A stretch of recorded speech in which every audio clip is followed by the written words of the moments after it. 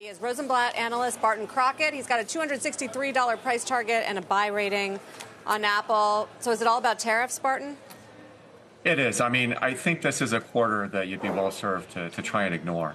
I mean, there's so many policy skews. It seems likely that the policy firmament that we have right now is going to change.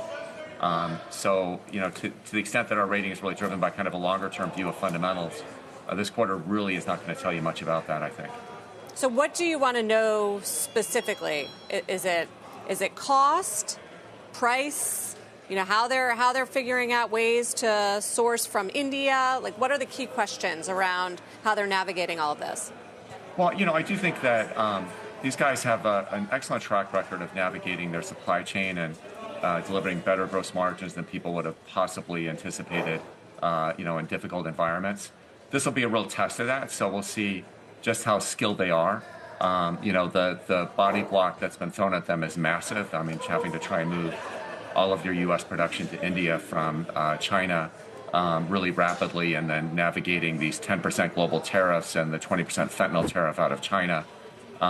It's all kind of crazy. But I mean, I guess it'll be a real test of just how skilled are these guys, and if they manage this well, they can probably handle about anything. But outside of that, I mean, it's really hard to read much into it. There's so much, consumer kind of pre-buying of stuff ahead of tariffs that they'll probably have a pretty good top line, but that doesn't tell us much.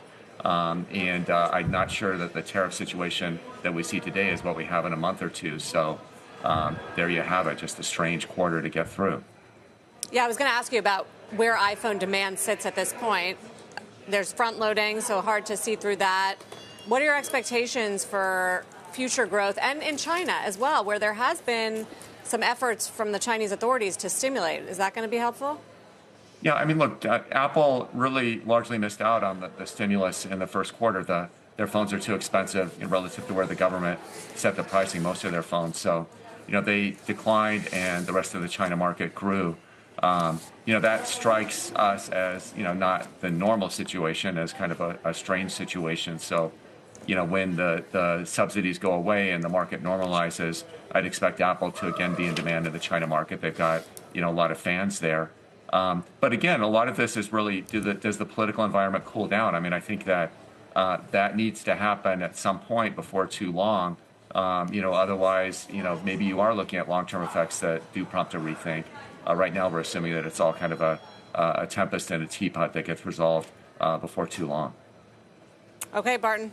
Thank you for the quick rundown about what to expect. Barton Crockett from Rosenblatt.